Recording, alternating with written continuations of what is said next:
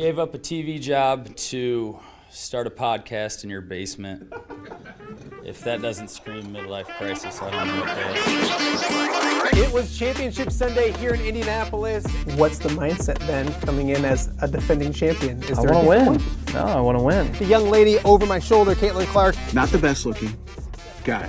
And I don't think anyone's going to sit here and say, Matt Randazzo was really good looking. What has this last month, 2 months, 3 months been like for you? It's an important fan base for the Fighting Illini, is it not? It is. He turned 69 years young last week. He looked good, Coach. Oh, try it. Thank you. Welcome to a Wednesday edition of Off the Air with Matt Randazzo.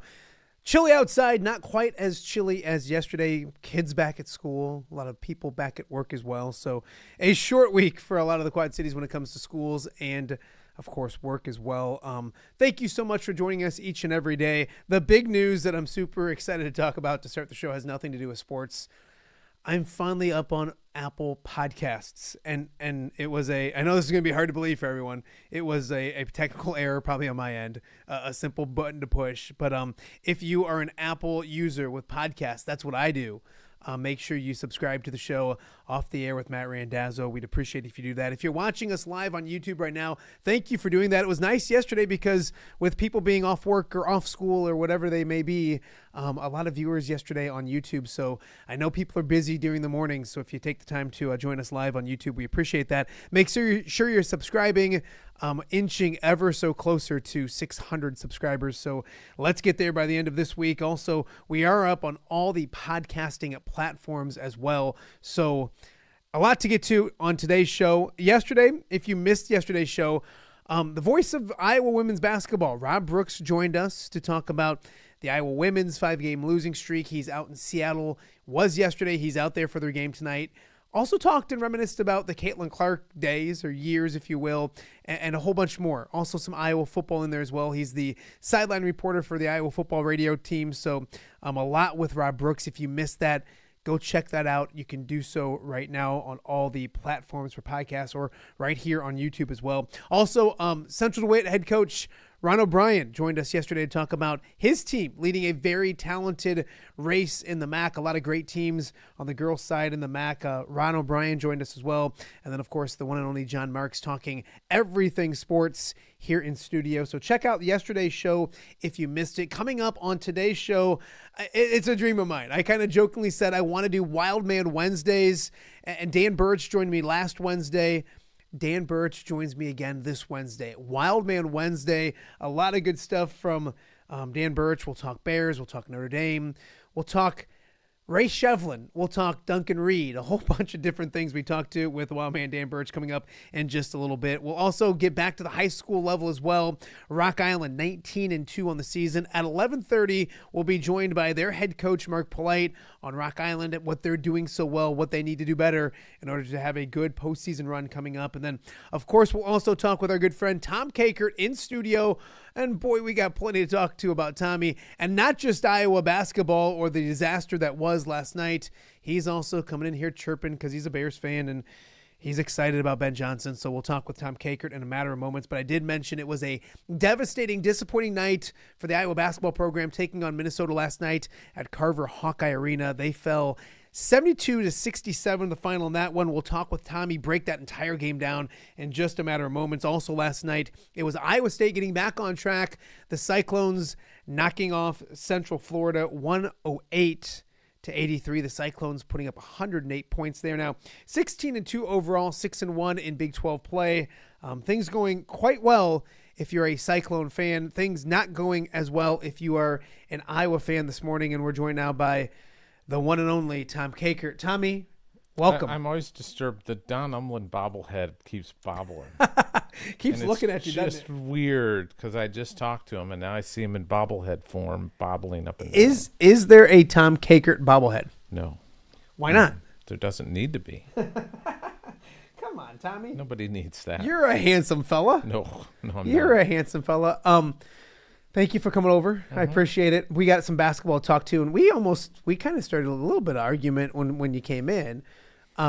So a lot to unpack, and I think we'll preference this by I get a rap as an Iowa apologist. Maybe sometimes you get not an Iowa apologist, but maybe a Fran apologist. Yeah. I think we get those raps. I don't think it's actually the case, but last night I'm trying to figure out how you spin last night as anything other than and not just a bad loss, but I think it starts with the head coach. We'll go with you first. I don't know. Can the head coach control effort? I just didn't think the effort was there early in the game. I thought, and Peyton said it after the game. Basically, they came out flat, and which is mind-boggling after what happened last week. I thought for sure they're going to come out like a house of fire. It's going to be 10-zip, 12-2, something like that, and the other Ben Johnson's going to have to call a timeout. And my kids brought that up too. They're going to have to call a timeout, and they're going to just cruise. That's what I thought. They'd be up by double figures at halftime and just kind of play it out and win by like 15 or something. And they were I termed it to John Bonenkamp last night. I said they're like well, you've got your Diet Mountain Dew over there. It's like a 2-day-old Mountain Dew that's been open, sitting on your desk. They're flat. This is not 2 days old, my friend. No, they don't last 2 days old here. No, but it's you know what I'm talking 100%. about. The Mountain Dew has been sitting there for 2 days, and it's just flat. Yeah, it was uninspired, and I was shocked. And the body language doctor didn't like what he saw out there either. Who's the body language doctor? Is that just me? Watching things. All right, I didn't know if that was another reference to Bowenkamp or something like that. No. But he is also a doctor of body language. Yes, I bet he is. My frustration was it was a slow start, but Minnesota's not good, and you could get away with a slow start and still be fine. I thought first half a little bit. Towards the end of the first half, they got down like 12 first half, 11-12. Yeah. It was like 21-10. Brock came back in, had an assist. There was a bucket, another assist. They got within like 6. He had a couple turns late in the first half, and it gets to 4 at the half. And Tommy, if I didn't have kids to put to bed, I was going to hammer the Hawkeyes in the second half. I'm like, they're going to come out there. Brock played the first 2 minutes of the first half and then sat. Yeah. And then Drew Thelwell didn't play much more than that after that. No, they both got in the Fran doghouse. And here's the explanation. We'll play this for you. This is Fran's explanation. Just kind of Fran, and it's funny. You sometimes get a Fran press conference. You know, they send them out to us when we're done, and even when you're there, sometimes you get one and it's like 10 minutes, 12 minutes. This was 5. I wasn't saying he's super short. I've seen him a lot. A lot quicker. He has not been. There are times when they come often it's a frustrating loss or whatever, and he is very brief, very short with us in his answers. A lot of yes, no's. Yes. He has been very expansive in his answers all year, and I love it. Yeah. Because we get more to digest from him. But the only time he got short was with the Josh Dix answer. And it wasn't at the question and the reporter. It was basically, so he opened up the press conference by, kind of talking about. Basically, he said that they were fouling the crap out of all of his guys. Yeah, he couldn't tell you why they struggled on offense because he didn't want, you'd have to set up a GoFundMe because he would get in trouble for getting fined and all that kind of stuff. Get fined for criticizing officials. And then somebody circled back around and they said, Josh Dix just 3 points on 5 shooting. And he's like, I already answered that. And he kind of laughed. He didn't get, because you've been scolded by Fran. I've been scolded by Fran. That wasn't a scolding. It was just more of it was a message again to the high. He didn't like the officiating. But here is Fran kind of talked to, and I couldn't tell who the question was from, or I would give credit for the question. So I apologize. But here's Fran on his point guard play last night. He was aggressive, and that's what we need him to be. How would you kind of sum up your point guard play tonight? It just seemed like it never really got on track. No, until the end. Brock was really good at the end. I thought they're great kids, both of them, and they wanted to be aggressive and they wanted to attack and make plays, but we had some poor decisions there, and those two guys aren't usually guys that make poor decisions. Yeah. So some poor decisions, some quick shots. I'm trying to, and I can look at and Brock. And believe it or not, I'm a Brock supporter, and people know that. Well, he went from like 3 or 4 assists to 9 really quick. But here's the thing: is ended up 9 and 9. He had 2 turns. He missed 1 shot. So how is he quick shooting? I think they were. My sense was, Fran was upset that they didn't get the looks that they weren't running the offense properly. Yeah, but when you pass the ball on a guy, I thought Peyton took terrible shots at times. He got going a little bit in the second half, but 1 of 8 and some really. He started the game off with a defensive rebound and a transition in your face 3 that barely drew front iron. And I'm not throwing Peyton under the bus. I didn't see it equate, and my frustration during that game. And there's a lot of Brock is not a perfect player by any stretch of the imagination, but does the Iowa offense usually cook? Yeah. When the Iowa offense is cooking, who's the chef? Who's stirring the drink? It's either Brock or Drew. Drew's been part of that too. So how is one of them not in? I'll even make it, how is one of them not in? Yeah. And so they go 12 minutes. I think he went out at the 18-minute mark, came back around the 6-minute mark. How do you let a lead and then offense struggle, and you sit there with your 2 guys that usually bring life to an offense, just sit there while you get a 17-point lead. And then you finally put the kid back in, and I don't know this from anybody, but the way Brock played the last 6 minutes was almost like a sit me some more. I mean, he came out motivated, on a mission, played fantastic, almost brought the team back and won. It was mind-boggling to me to sit those 2 guys and continue to watch an offense struggle. Sit them for 4 minutes, sit them for 6 minutes. But when you got to a point where you're 12 minutes and the definition of insanity is doing the same thing over and over, at what point do you not try something different and put the guy that usually runs your high-powered 90-point a game offense going? Defensively, I got that on Twitter. Defense, yes, there's big guards that he can struggle with. That wasn't the case last night. Defense wasn't the problem last night. They couldn't score, which is crazy because this team is super high-powered. Yeah, because they, it's not like Minnesota shot lights out. They made some key shots. They made some critical shots, but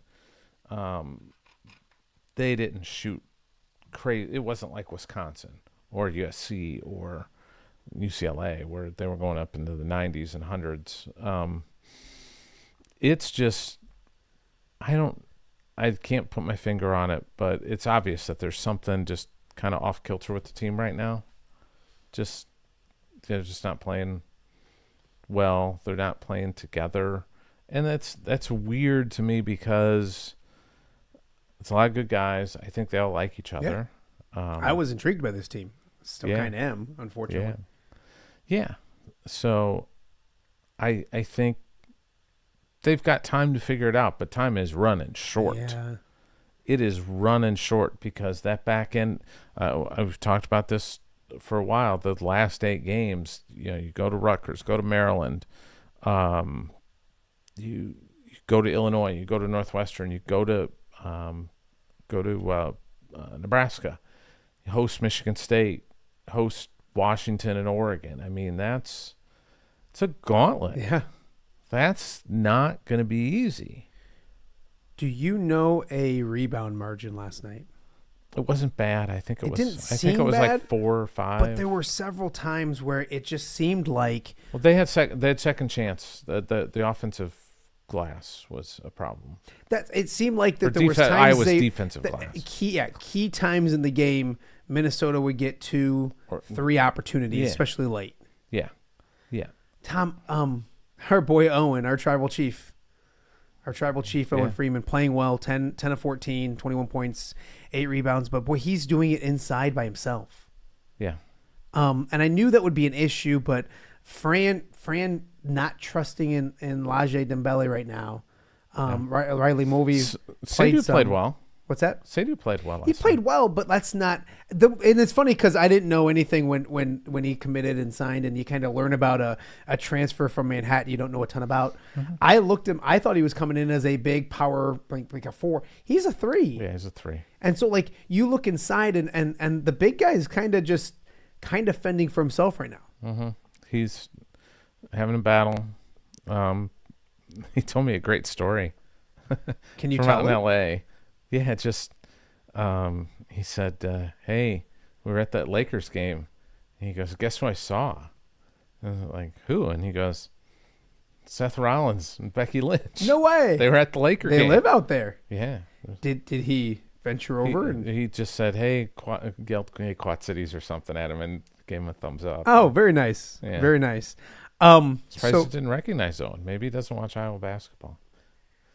well, at this We need to point, find out what Rollins feels like about the Bears football hire. we do. I do need to, honestly, because I have interviewed him several times. I'd love to get him to do this show, but it's a busy time if you're a professional wrestler with the Royal Rumble, where Tommy's going in just a few weeks. But we will stay focused on Iowa basketball. Yeah. So with that being said, but a good night for Owen, 21 and 8. Yeah, he had a But good other game. than that, like Tom, they struggled from 3. Was it 3 of 21? Oh, they missed their first you're not gonna make- you're not gonna win. 13 or what? They were 0 of 12 Yeah. to start. I mean, ugh. and most of those weren't even close. I mean, it wasn't like they just had like some shots rimming out. There was like just really bad misses. So Fran kind of references the referees. I watched the entire game. I didn't ever at one point say this is ridiculous. These referees are this. These referees are that. Do you agree with? He was what channeling Illinois fans. I said that. Or- said this on the show the other day. There's or not Iowa a fan State base. fans? You do not need to know about whether if you know if Illinois won or lost, because it's just you go to social media and everybody's complaining about the referees, Yes, no matter what. there's 2 fan bases that complain about the referees more than any I other. think Illinois is worse. No offense. I know there's a lot watching. I get it, and I'm not trying to. They cause do. They problems. complain a lot about the officiating. I did. And Iowa State fans. I mean, they thought you would have thought that the mayor of Morgantown was refereeing the game. Yeah. You know, they were just, it's a on Saturday. robbery. It's a robbery. We get hosed every time we go to Morgantown. I'm like, come on. Come on. Did you sit there and think last night, man, this is bad? I didn't see anything real. I mean, was there a few times I was like, ooh, or whatever, but at no point was I egregiously like, this is awful. No, I just didn't think they played with a sense of urgency. And the Josh Dix thing is he missed 3 layups to start the game.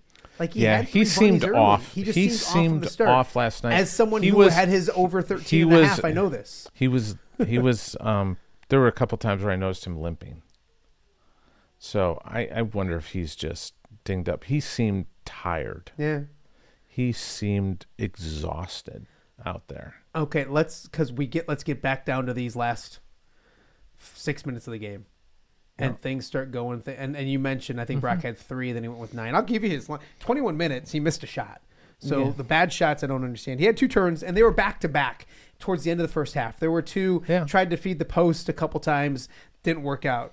But 9 points, 9 assists, 3 rebounds in 21 minutes. Yeah. And that went from 17 with like 6 to go to 3.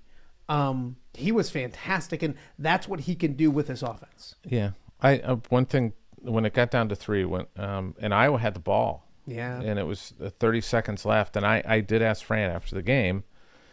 Which is funny because he actually explained it a little bit. That's why I asked him, because I knew But people were sometimes you inquiring. get in trouble. Sometimes you're Oh, I like, know. no, I didn't think about that. And then that's it. Or No. nope, and move on. No, he- I know. That's what I'm saying. Like he is more, you're right, he is more, even in Expansive. losses, he does expand it a little. I mean, because I got asked about that a lot. Why didn't Fran take time out there? And I'm like, well, I will ask him, and he can choose to explain it or not. And he did, and he said I wanted to kind of keep one. He only had 1 timeout left. He wanted to keep one in chamber. I'm like, okay, that's fine. I get it, but they were getting nothing going on that play until 10 seconds left, and Seydoux just kind of went to middle. By the way, Seydoux was out there shooting free throws after the game too. Yeah, it was funny because whoever was doing the game, I don't even remember who was doing it. Right away when he shot it, he goes, "That's off." And I Kevin was surprised. Kugler and Sean Morris. I was kind of surprised that was. I'm not saying they should have called a timeout, but there were so many different things. And the ball got stuck in the corner with Josh. Really didn't get a good look. Got bailed out with a foul. That's where I think I think you look back at that play. There was a lot of clutching and grabbing of Peyton and Josh because they were trying to run some action for both those guys. I don't think Price was out there, and I wish Price would have been out there because then it gives you another guy who can bang a 3. Yeah, but nobody could bang a 3 last night.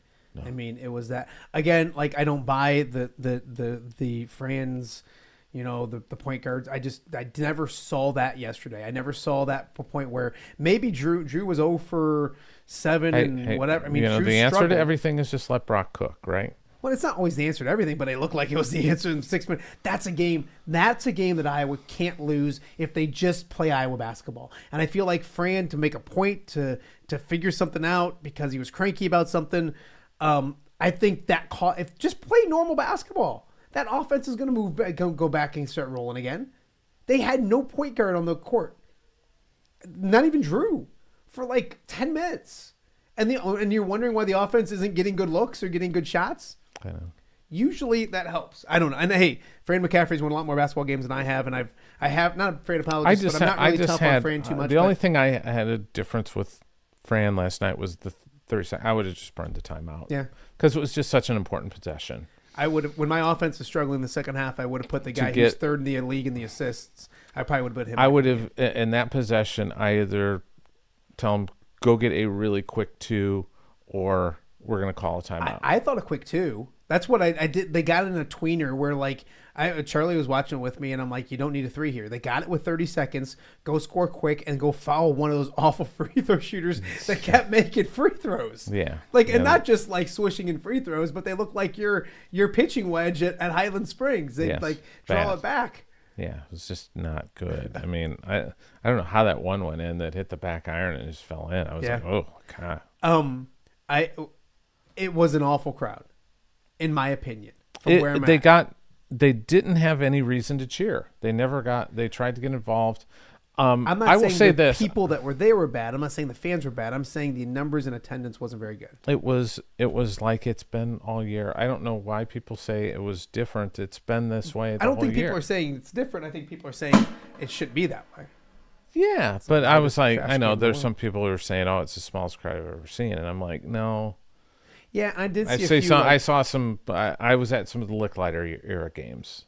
Trust me. But so that's like when I do something bad at home and I reference an idiot friend of mine and say, well, like at least I didn't do what he did. And my wife says, don't compare yourself to that guy. Don't compare Iowa basketball to Licklider era. Like that's the lowest bar that it should be compared. No, but I'm just saying that. And that friend is usually Pete. There's yeah. Nothing. Slippery Pete. That's my favorite.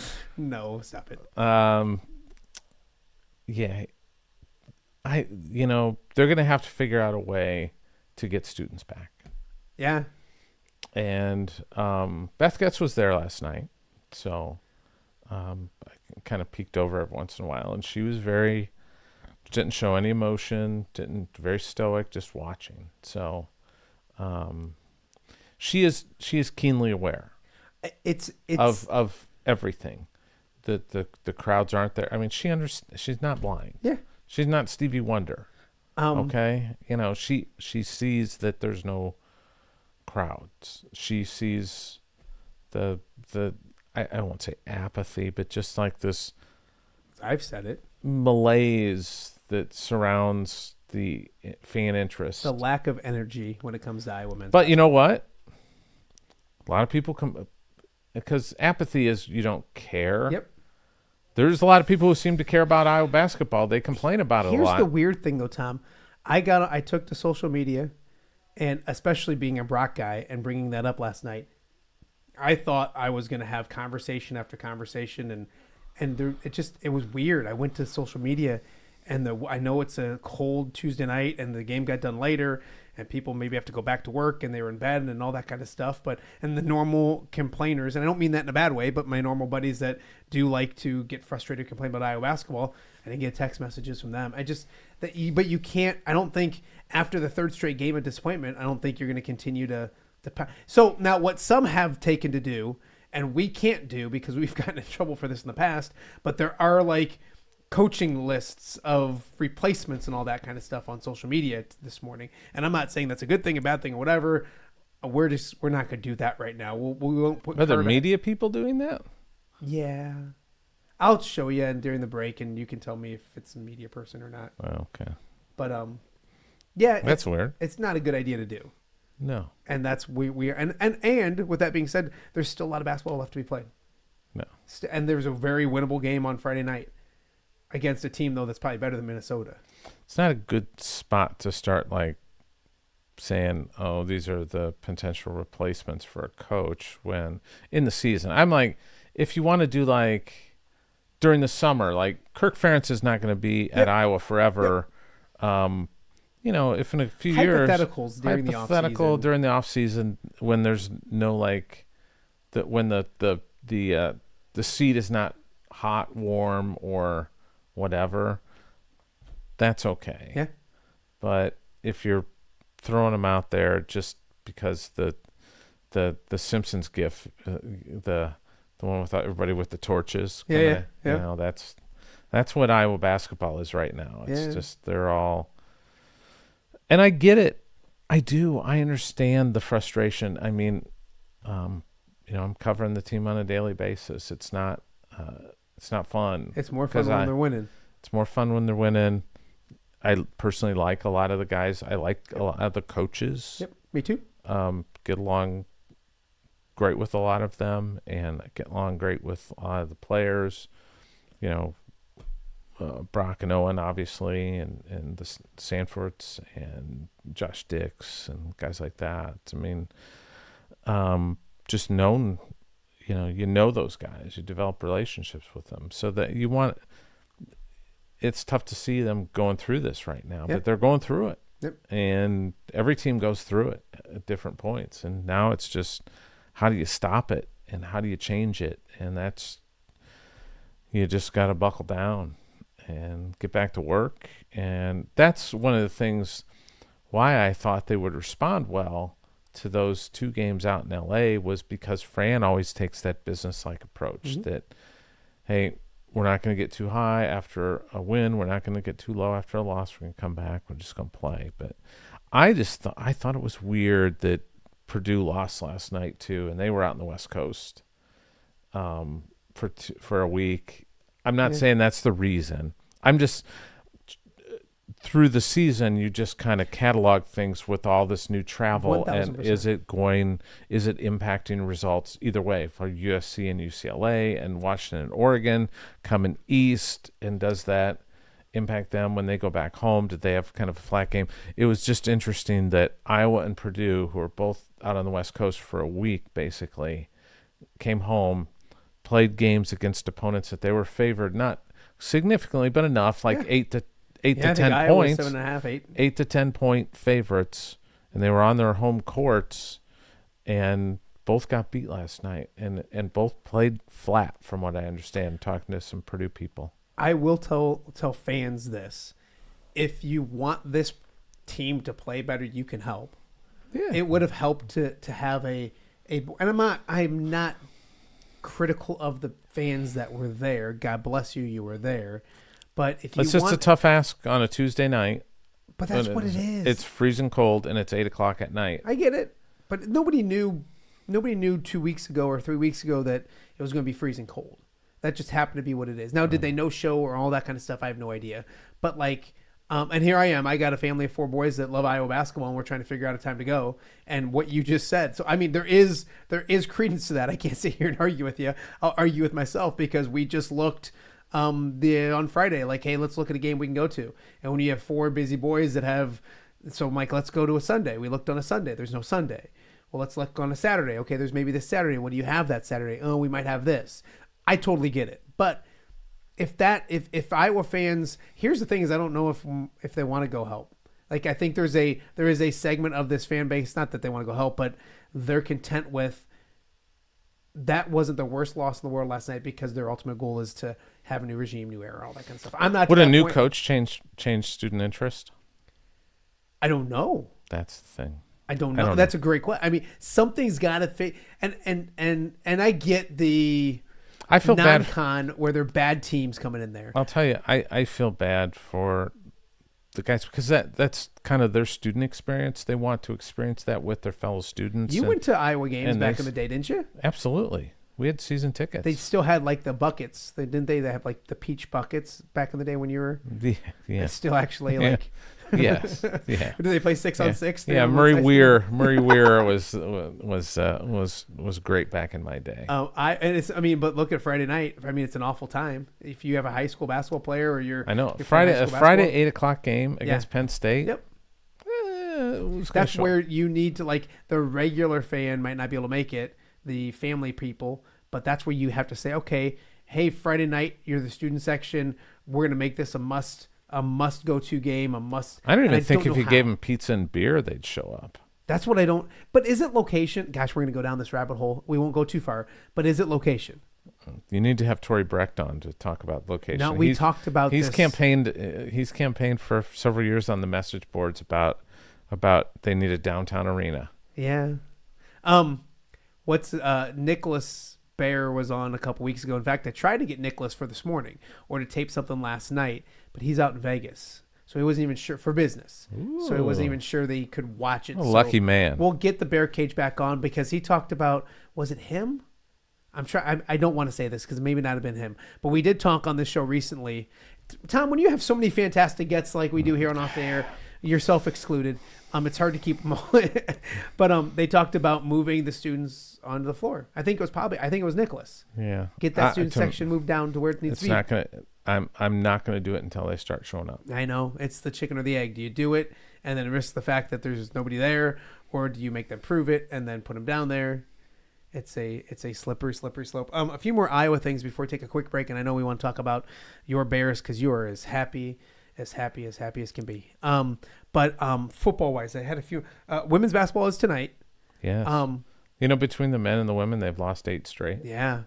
I don't know if you got to listen, but Rob Brooks yesterday, and I didn't listen to the whole thing, but I saw the clip where he referenced Bon Jovi's "Slippery When Wet," which is amazing. Yes.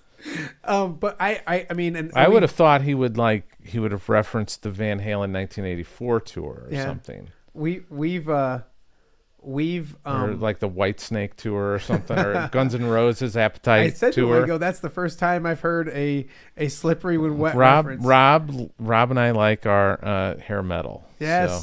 Yes. But it was, so if you haven't listened, if you're getting ready for tonight's game, because that's and so I kind of want to piggyback on what he was kind of talking about there. Obviously tough task without Hannah Stolke, but that team's close.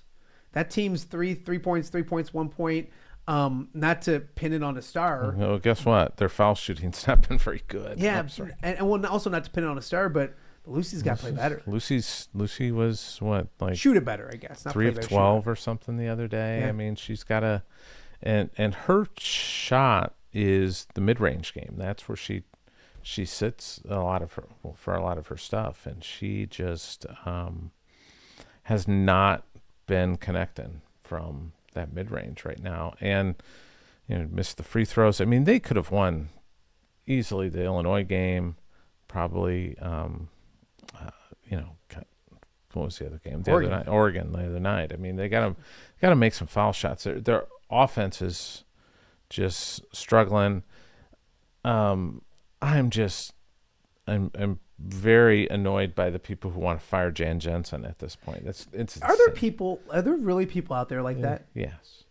Because there was another media member that kind of put a post up like that, and I felt it was like clickbait because what they were talking about, what I'd never heard. Like, people don't think that Jan Jensen can do what she's doing and needs to go, and I'm like, are there people out there that really think that after 1 year? Well, there's always people who think that. And they're just like, oh, she's in over her head. And we give too much oxygen to some of those folks sometimes because they just like the attention. And sometimes as media members, we need to just ignore that and just let it go. But I think it's been a confluence of a lot of things with. Ooh, confluence. Confluence, yes. Who are you talking to, remember? It's like all the rivers kind of coming in together. It's like the Rock and the Mississippi kind of coming together. For the explanation. That's a local reference for you. It's just been, Jan. I've termed this the other last night when we were talking about this with a couple of other guys. That moving that one seat might be one seat, but that's a miles different seat. The top chair is different from the top assistant chair. Yeah. And she's adjusting. Everybody else on her staff moves up or is in different roles, and that's an adjustment. Yeah. So you've got those two things staff-wise. You had, I think it was fair to say, Aaliyah Guyton's one of their 3 best players. She doesn't do anything really until November sometime when she finally got out in the court. So she didn't have that summer to kind of meld in with the team and just kind of get a feel for everything. Hannah was out most of the summer, and she's one of your 3 best players. And she has kind of gotten trapped in that they want her to have the chance to play the 4, but she's not played the 4 great. And so now she's playing more of the 5, which is what she did last year, but then that undersizes them a little bit. It's just she's kind of stuck in this in-between world, and they want her to develop more of an outside shot, and it just hasn't clicked yet. And then you had Sita Folter, who's one of her 3-4 best players on the team, and she was out with knee issue. And all those players didn't get, Hannah and Sid didn't get that extended time playing with Lucy Olson because of their injuries. So then you've had, and Lucy's the point guard. So it's just all these different things that kind of come together to make this a tougher transition. It was a more challenging transition. Does that mean they shouldn't have they still should be able to make free throws? Yeah. They're shooting 65%, I think, in Big Ten play. That's just not going to cut it. They've got to make free throws. And actually, the other day, they jumped out to a double-digit lead against Oregon, and then just they scored as many points in the first quarter of the Oregon game as they did in the second half. When I think that's the big thing is people we're just used to. They're so used to just them rolling the ball out and Iowa putting up 100. I mean, 100. Like, that was what you have. I totally understand. Yeah, when you have the greatest women's By basketball. the way, happy birthday, Caitlin Clark. Is today her birthday? Yeah, 23. I should have offered her to get her on the show a little harder. I'm sure you could have probably gotten her and the Kelseys on. Exactly. And Taylor. All of them. I need more chairs up here. We're going to take a quick break. When we get back, I'll talk more with Tom Kakert about his Bears because he's super excited and he likes to dance on my grave. But there is no grave to dance on, my friend. Also coming up later in the show, in just about 20-25 minutes, we will talk with my former sports director at WQAD. It's Wild Man Wednesday. We're doing this thing. We're doing this Wild Man Wednesdays. We'll get a lot with him. Always an opinion or two. Did you know that Dan Burich has an opinion? What? Did you know that? I always thought he was a really quiet, shy guy. He also has a rebuttal to John Marks, who said that Johnny said Dan looks old. Whoa! Wild Man has a rebuttal. Whoa! Yes, and so that's worth the price of admission. And then also at 11:30, we'll talk with the Rock Island head basketball coach Marc Polite on a fantastic season right now for the 19-2 Rock Island Rocks. So we got it all. We got a little NFL. We got a little college basketball. We also got some high school stuff to get to. We're going to take a quick break. We'll be back with Tom Kakert right here on OTA on a Wednesday. Hello, Dan Pearson here of FCA. Our team is thrilled to support Off the Air with our good friend Matt Randazzo. We share the view of the power of sport when it comes to relationships, including the influence of the coach. FCA believes the coach is the most influential person in America. Matt celebrates local coaches and athletes. His content is informational, insightful, and inspirational. Our Fellowship of Christian Athlete team loves partnering with Off the Air with Matt Randazzo while we engage, equip, and empower coaches and athletes in our 23 counties. FCA, the heart and soul in sports. View from the West, the podcast covering Illinois high school football. It's going to be a hard-hitting game. It's going to be great football. Weekly analysis and reaction from around the western side of the state of Illinois. This is the game we had circled when the year started. Follow along on YouTube and subscribe wherever you listen to podcasts. It's big-time football out there tonight, and I know we can play big-time football. View from the West. We got you covered.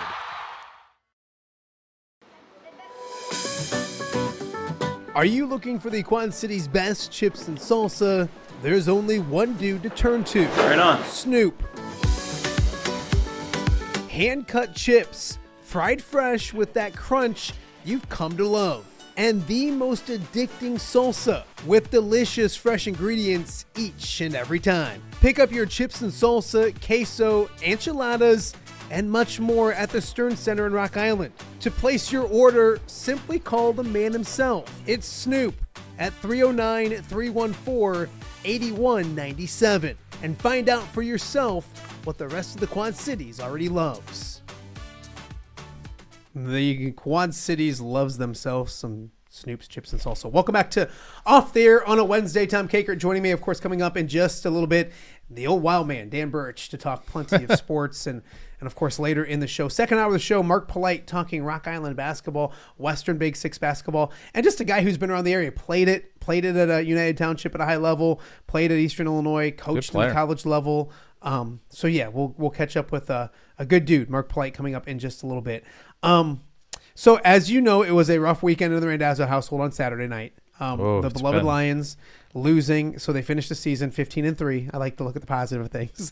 And you knew what was coming was the two, and it sounds like Aaron Glenn to the Jets is going to happen any day now, yes. any second now. That's another thing I got to convince my wife. We have a good monitor that I'm pointing to.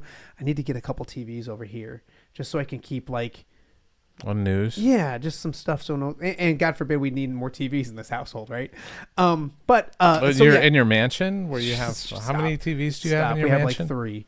We have three. We have more kids than TVs. No, you don't. So with that being said, Ben Johnson, I knew he was leaving. Didn't want to see him be a Bears head coach. You were sad, weren't you? That made you really mad. It did make me mad because I knew it was a possibility.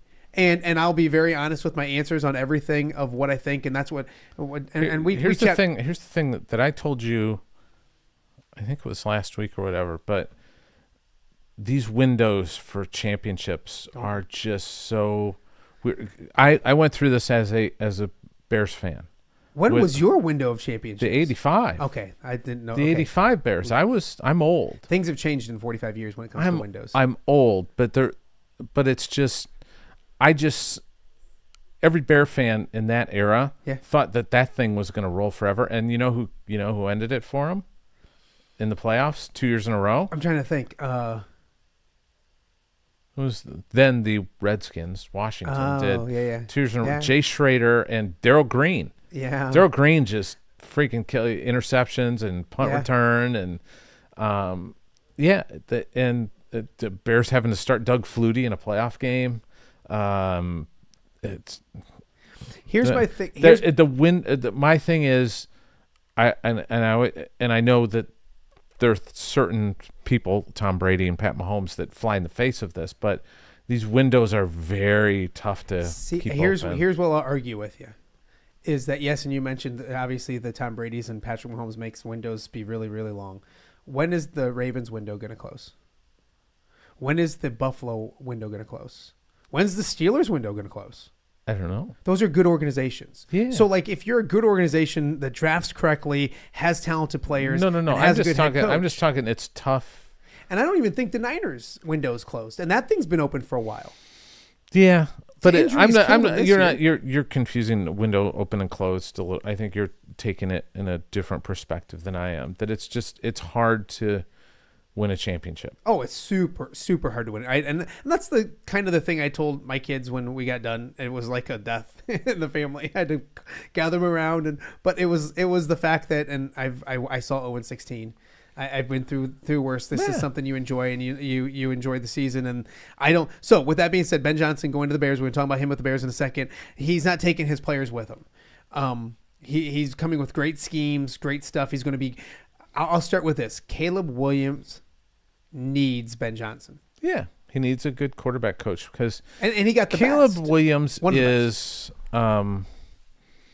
he's a guy who likes to go off script too much. I think that's going to be the challenge for Ben Johnson, is coaching that out of him, where he kind of just likes to. That's a good point. Draw it up in the dirt, kind of make a play instead of just here's the system. Just fall into the system and do that, and you're going to be successful. That's going to, I think, be the challenge. Is he works one way and Caleb works another, and they've got to. But it's workable. You can do that. But I like what I've heard. How about $13 million? That's you know what I think they did. I think they overpaid to get him. I think they had to. Yeah, I don't think he was coming unless they just because the Raiders were the other team, and the Raiders are a habitually cheap organization, so they weren't going to pay that money, and I'm sure they just blew the number out of the water, and they were like, yeah, okay, I'm just going to go. Yeah, I mean, he was going to go I don't blame regardless. him. Yeah, he was going to go somewhere. And I think a lot of people said he chose Caleb. I mean, yes, and I think obviously the quarterback situation there is much better than in I told Vegas. you my theory, too, that the division is just it's something he knows. He knows the NFC North. Yeah. And the quarterbacks in that division are nothing compared to the ones in the They're good, not West. great. They're good, not great. Actually, we don't know that Jordan JJ. Love. We don't know Jordan Love. We don't know JJ. Yeah. We know Jared Goff is Jared Goff. That's what I'm going to talk most about in the offseason with Packers fans is Jordan Love. Because his good. Last year, second half of the year, really good. Yes. But that's it. Yeah. He was okay this year. He was fine. He was hurt a lot. Great. He threw a lot of interceptions. He wasn't great by any stretch of that imagination. He's getting paid like he's great. And that might be the limitation on like in Detroit. Like I love Jared Goff, but and we don't know what JJ McCarthy's going to be. Yeah. We know Jared Goff is plus a top 10 quarterback. He's plus Joe Flacco. He's a better than Joe Flacco. He's slightly better than Joe Flacco. Hey, Joe Flacco won a championship. I understand that. Yeah, no, I mean, so and like another thing, and with a great defense, we'll get into a little bit more with Dan Burich coming up in just a little bit. So I don't want to dominate on my thoughts on the Bears and the Lions and all that kind of stuff. But I like the staff that Ben Johnson's putting together. Dennis Allen, bad head coach, really good defensive coordinator with the Saints. Yep. They may get Hank Fraley, and if they get Hank Fraley, what I saw the Hank Fraley thing, and he's the O-line coach for the Lions. Yeah, he's been fantastic. He was the O-line coach for the Lions before he was the only holdover from Patricia and maybe even Caldwell. He's been with Detroit for a while. Said he's maybe going to be the OC. Well, that's the thing is, but Ben's going to call plays. That's the thing is, so he can't. The Lions can't give him a OC job because they don't. And Dan has called plays. Campbell has called plays, but that's not his main forte. So they want an offensive coordinator that's going to call plays. I don't see Frank Haley calling plays, but I can see him fixing an offensive line and then being there for when because Ben's going to call plays, and that's and that's their biggest weakness. He and now mind you, he's not bringing Penei Sewell and Frank Ragnow and Taylor Decker with him, but he helped develop those guys. I think I could have developed some of them, but my biggest thing is when there's an injury and their backup depth. I mean, Dan Skipper should probably be in the league. And he's a productive swing tackle type of guy. He's a really, really good offensive line coach, and that's something. So yeah, and then they talked about the special teams coordinator from the Saints back in the day, Vici or whatever. Yeah, the guy who's been the head coach. Yeah, who was their interim head coach. Yeah, and I think that's the biggest thing that, and you didn't know it at the time with Dan Campbell getting on board, but Dan surrounded himself with a bunch of good talent, and that's going to be important for Ben to surround himself coaching wise with a bunch of good talent. So I'm intrigued, and we'll talk about with Dan Burich about the running game situation, because I think the Bears are going to run the football. I think that's the biggest misconception with Ben Johnson is, a ton of points. That means they just fling it around the place all the time. They run the football first, and they love to run the football. And obviously they don't have the horses up front. You have to do that off season to do those kind of things. And Ben Johnson already said, I don't want DeAndre Swift. He's already done that. He's already done this once. Well, yeah, you know my answer to this question. I know. Go tell. I love it. Caleb Johnson. Yes. Where does Caleb go in the draft? Second round. Do you think it's that high? Yeah. I haven't started looking at stuff. I saw one first round. Somebody did have him as a first round, later first round. I think he's, the Bears still have that Panthers pick. The second round, the second round. So like in the 30s, like 35, 36, 37. So if early second round, just use that pick on Caleb Johnson. What if the Bears took Austin Genty with the 10th pick in the draft? No. Why? I don't think Austin Genty's as good as he's not Jahmyr Gibbs. He's not Gibbs. So I'll circle back to the negatives of Ben Johnson, and I'm not going to sit here and bash him because he's given me many great moments. But sometimes he's that guy that's the smartest guy in the room, and he tries to be a little too smart. Yeah. That's a huge drive with the Lions down 10, and they're scoring and moving the ball whenever they need to. The trick play mainly came. The JMO pass. JMO pass was frustrating. But that's where JMO's got to eat that play, too. I got frustrated with, and I like David Montgomery, but I think Jahmyr Gibbs is the best running back in football not named Saquon Barkley. And he was playing like it for a month since David Montgomery went out. And and I love David Montgomery, but he just played, it was 50-50 again. And I think it should be 75-25. And it's probably just out of... They wanted Montgomery out there so they could... They're trying to play ball control too. Yeah, but drain the clock. My gosh, darn it! Like some of those, because they want the offense out there running the ball, so the defense didn't have to go out there. That first drive of the game pissed me off because they punted and they should never punt again. And then Jahmyr came in and it was 12 yards. I think their first scoring drive he had 50-some yards. Do you think? Because this is for Bears fans' education. Uh-oh. Do you think? Because Dan Campbell is Mr. I'm going for it on fourth down. Yeah, Ben's going to do the exact same thing. You think Ben's going to do the exact same thing yep. where he's not going to – it's 4th and 3 from the 45. We're going. Yeah, especially like think about – even when you've got the greatest punter in the history of NFL football. That's what I brought up earlier in this week. It's funny because he might make the best player on the Bears team right now.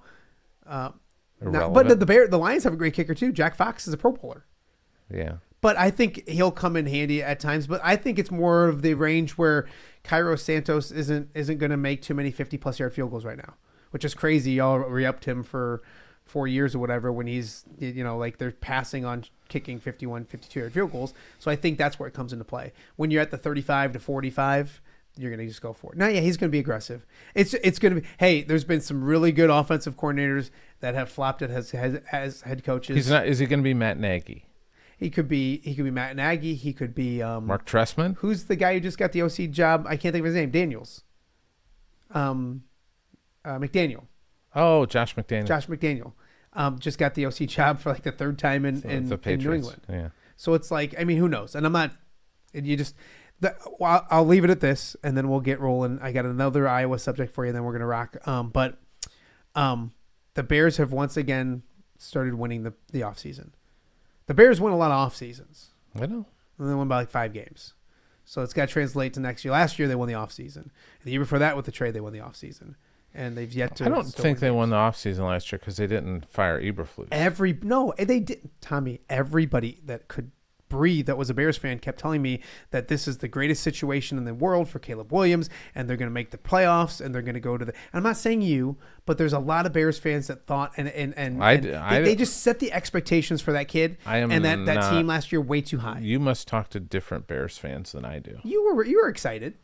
I was excited. I thought they had they surrounded Caleb with good offensive weapons. It's more important But we knew that the line was bad, and those of us who are real Bears fans understood that Eberflus should have been fired the year before.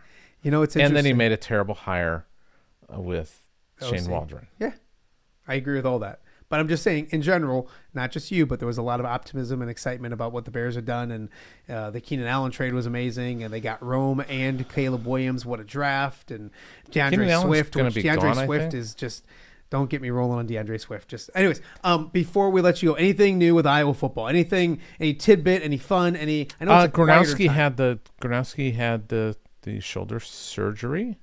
It's a hard thing to say, shoulder surgery. And it went well.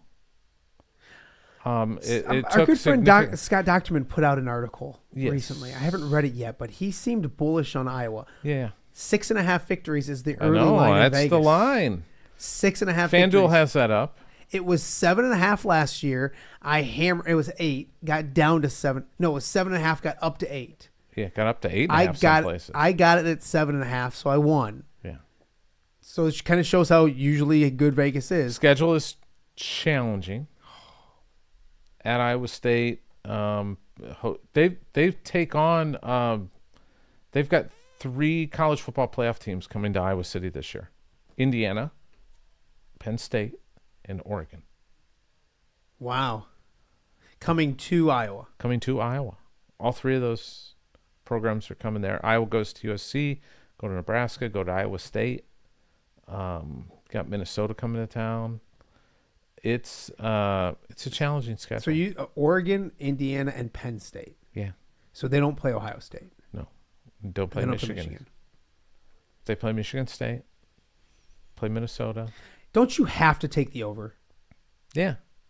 Right now it's pretty juiced. It was like I think like minus 150. Okay. So it's gonna get to 7. It's gonna get to 7 eventually. People are gonna but Gronowski's surgery went well. It took much less time. I think fans got to understand when Kirk says June, that's just when the team's going to get back together and he can start doing stuff. He'll be doing stuff before then. I just a few comments. Don Umlin is excited about his bobblehead. Caesar acknowledges you, Tommy. Wow. His prediction, he's an Oregon guy, 56-3. Wow. Oregon. And you'd think Brock I love was Caesar. Pistol Pete. Brock Caesar played really well last night. I don't think he's Pistol Pete. I don't at all. And I think he's got Caesar. his deficiencies, especially on the defensive end. But Brock played pretty good last night. Brock Harding was good enough to beat Minnesota if you play him. My opinion. Maybe I'm wrong. I've been wrong like once. So twice. Don Umlin likes that his bobblehead's bobbling. Yeah, Tom Kakert bobblehead would be awful, and that'd be an awfully big head. We need to be talking about wrestling. It's Wednesday. You know what that means. Oh, is that Don Umlin Yes, chiming that is in? Don Umlin. Yeah, we've. So next week we're gonna do a preview of the Royal Rumble. Yes, right here on the show. All right, here on the show. I got to figure out how to. Me, you, and Don. I know. I got to expand. No the LRD. set. I got to expand. Larry is not allowed. I got to figure out a way. When does Larry Randazzo make his first appearance on the All Airs? I don't think anybody's asked me that. Yeah. I don't think anybody's even come to the.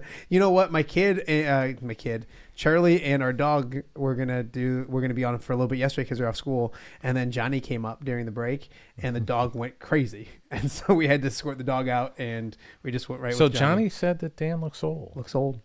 Wow. Yeah. Off the top rope, John Marks. On the air, off the air, off the. Yeah, you know. What and I mean. Dan found out about it right away. Right? I told him. Oh, I told him on. Yeah, I told. So full disclosure, I did chat with Dan Burich last night. Dan is a very busy man, saving people's lives. I don't know, changing people's lives. Changing people's lives. That's nice. So, but Tommy, thank you for coming in. Yes, Tommy Tuesdays is what I want to do, and a few things happened yesterday. Tuesday. So might not be next Tuesday either. We'll see. We can make it. We can make it work. But it's Tommy Tuesday on a Wednesday. The alliteration makes sense, and we are going to do the Royal Rumble thing next week. So Caesar should come in for the Royal Rumble. Yeah, thing. let's have Caesar come in instead of Don Umlin.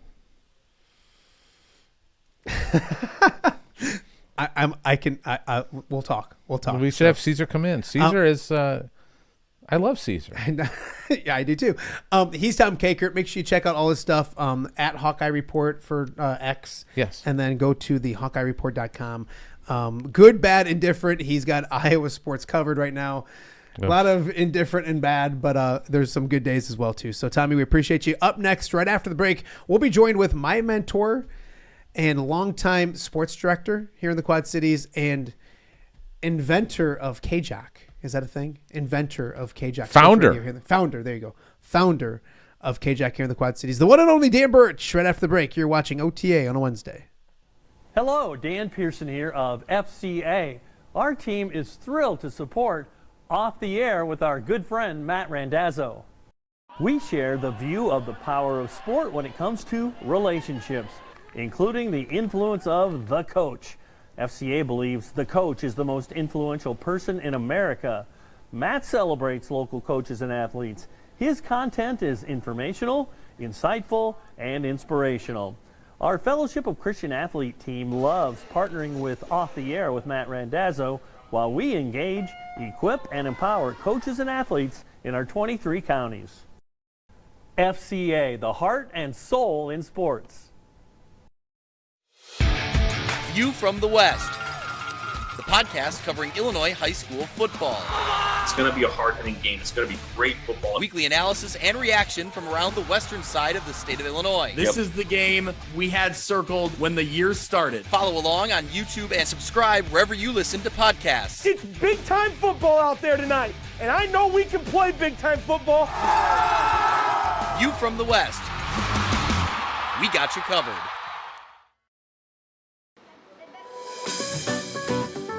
Are you looking for the Quad City's best chips and salsa? There's only one dude to turn to. Right on. Snoop. Hand-cut chips, fried fresh with that crunch you've come to love. And the most addicting salsa with delicious fresh ingredients each and every time. Pick up your chips and salsa, queso, enchiladas, and much more at the Stern Center in Rock Island. To place your order, simply call the man himself. It's Snoop at 309-314-8197 and find out for yourself what the rest of the Quad Cities already loves.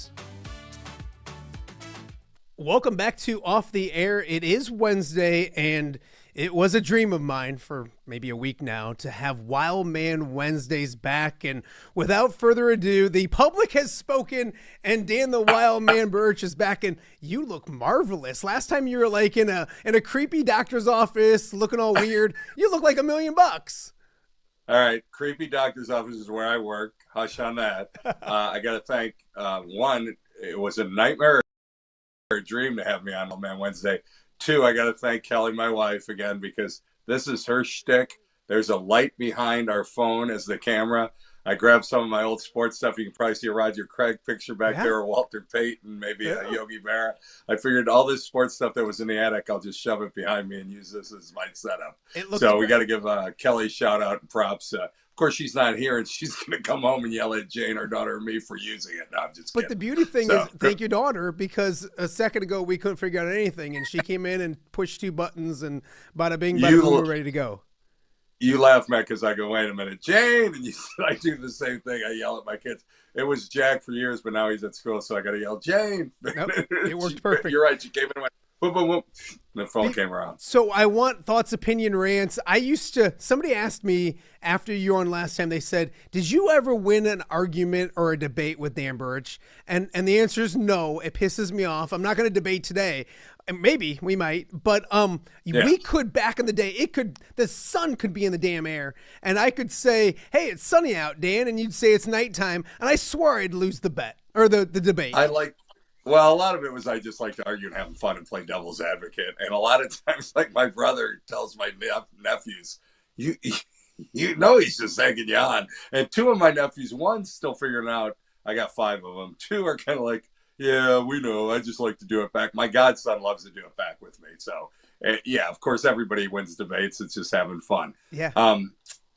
Go ahead. You were going to say about what we're not going to debate, but you were going to ask me about the Bears' new choice as head coach. But I'm going to ask you, as a Lions fan, the numbers look good. He did a good job with Goff, the double running game. I'm always obviously a Montgomery guy. He was with the Bears, with Iowa State, and the other running back took off and had a huge season, but I still like the 1-2 combo. So I like that philosophy, Mr. Inside, Mr.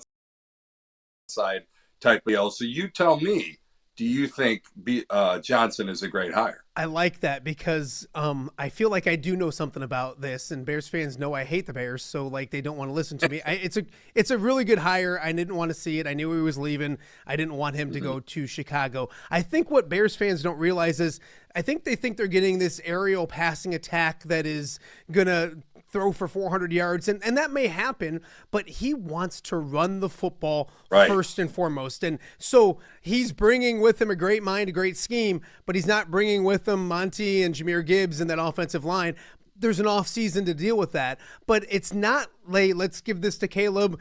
These receivers are ready and go. Right. He wants to run that football. And it's interesting to me because DeAndre Swift was in Detroit with him and he moved on. Right. He said thanks, but no thanks.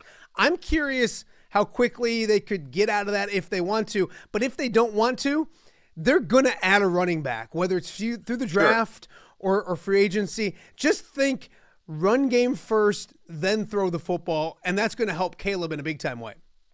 I agree with you. I think that's what I said, and I mentioned Montgomery and Gibbs obviously had the huge season, but it was a good 1-2 combo, and I think Montgomery getting hurt, Gibbs got more opportunities. The Bears kind of did that, and I bet you Swift left because he saw the talent in Gibbs, because Swift is more of Mr. Outside, and the Bears did that sparingly, but to kind of success. Remember Johnson when they didn't score and they lost 10 in a row?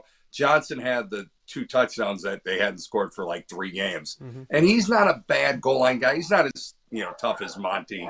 And obviously Swift's a little bit older now, not quite where Gibbs is now, but Swift's not, he's a pretty good receiver. So they tried to do that, and I think they're going to stick, and like you said, they might get another back. Goff was kind of a bust at a pick at times. There's times where you go, he's kind of an underachiever. He's not a great quarterback, but he's a good, solid NFL quarterback. Kind of where Cutler was with the Bears at the time, could put up numbers. So if you're looking for Caleb just to do that, to be a top 15 quarterback, not even top 10, just good, solid quarterback, have a good running game, like Swift to get 1,000 yards, Johnson to maybe get 12 touchdowns, like, Montgomery had a lot of touchdowns.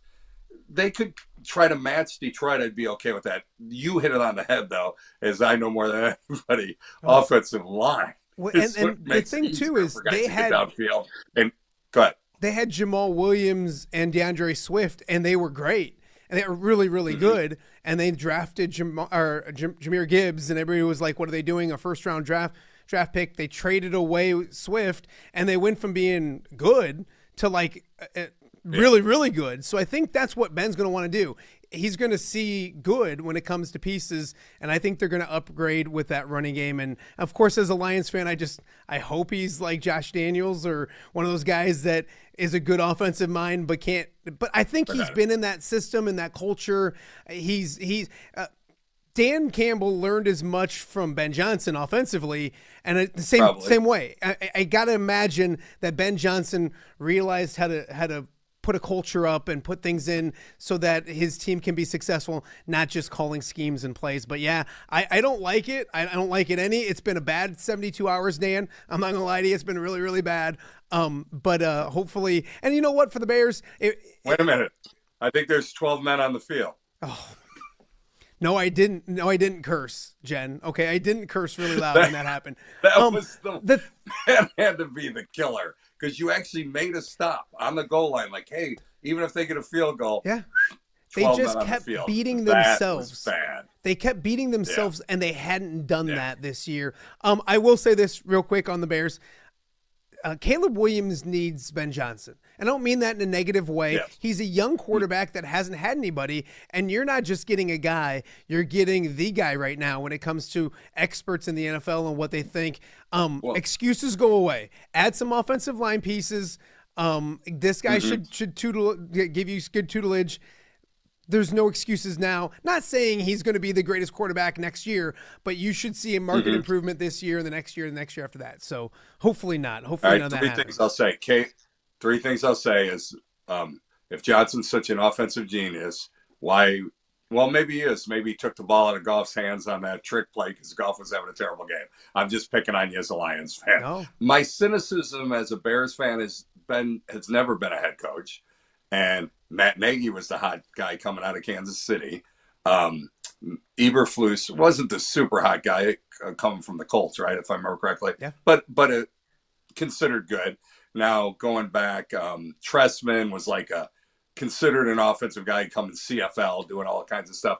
But we've seen the guys come who were the hot offensive coordinator, hot defensive coordinators. So, as being a cynical Bears fan, or you know what? Cynical Chicago sports fan. The Blackhawks and Bulls and everybody. The White Sox, I mean, how many bad seasons? So, I'm kind of cynical that he might be a great head coach, but they need to make a change. As we talked last week, the change has to be up the ladder too. And it could be, GM, it could be president, it could be owner, which is really the big trouble is.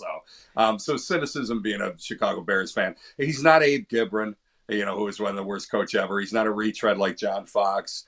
We're starting to realize as Bears fans, Lovie Smith was a pretty damn good coach. Yeah. The Dick of Buddy Ryan, Jim Fink's heyday will probably never get that level again. Wanstead, we had some okay guys, but it's not as bad. When I was 9-10 years old and it was Abe Gibran, yeah, that was pretty good. Then we had like Jack Pardee. I'm thinking some other names. Neil Armstrong was okay. Jack Pardee was a pretty good coach, but then we got lucky and had a nice run. We've had 2 decent head coaches, which sounds, I meant that as a compliment, but after I said it. Well, and here's the thing too, Dan. When it comes to Ben Johnson, sometimes you get the feeling like he's the smartest guy in the room and he wants to be the smartest guy in the room and he tries to be too smart. And I'm not going to sit here and bash him. Are you kidding me? He gave me, 3 years of just awesome times. But that you mentioned it, it's the biggest drive of the season. And I know you've lived on trick plays, but you had Jamison Williams throwing the football. There was a 3rd and 1 early in the game and an empty backfield when you have that running game. So ever so often he gets a little bit too smart maybe than he needs to be, but that's just me from the Quad Cities. Nagy kind of did that too. Yeah, I know you're not a Bears fan, but no, I get it. He was kind of creative offensively, and he would try to be too cute sometimes. They made the playoffs a couple of times with Trubisky too, so I guess he wasn't that bad. But it can't get any worse than the 10-game losing streak last year. Can't get any worse than that. I do think addition by subtraction, to send a message, I would get rid of DJ Moore. I hate to say that, but I think he likes Rome Odunze, the other rookie. I think Caleb has a bond with him. Keenan, who they got. They've got other receivers. They didn't use the tight end as much, Komet, as we've seen in the past. I think they should have used him more. Komet's not great, but he's could be Greg Olson. He's not going to be a Hall of Famer, but a good, solid pro. I think Dan, he will be. He can't be really. I mean, look what they did with Laporta. I mean, I think not that he's got Laporta's ability, but went to Notre now you got a guy that's going to use him. What's that? He didn't go to Iowa. All the tight ends at Iowa do well. He went to Notre Dame. Yeah. Which speaking of Notre Dame, go ahead. Yes, go ahead. No, I was going to say, speaking of Notre Dame, John Marks was in here today. First off, he said that you looked old last week. So I'll let you rebuttal to that. Oh, pot. All right. Matt, your hairline is receding. Mine's obviously past you. John, gone. He always had more power than me in baseball and softball. Well, he's got more power going, gone up here, too. he beat me on that one. All right. He did declare that Notre Dame football is back. Your thoughts, is Notre Dame football back? Yeah, they will be, because they were in the national championship game. Great run. Everybody laughed when they lost to Northern Illinois, and they had the memes of Rudy with the NIU jacket on. They came back. Great wins against Georgia. Anytime you can beat Georgia during this Kirby run is great. They beat Penn State. They beat Indiana, right? Wasn't that who they beat? Yeah. Indiana first. Nice win in state, shutting up all the Hoosier fans. Came back and ran the table after that NIU loss. Did it smart, did it wisely. The opening drive's a perfect example.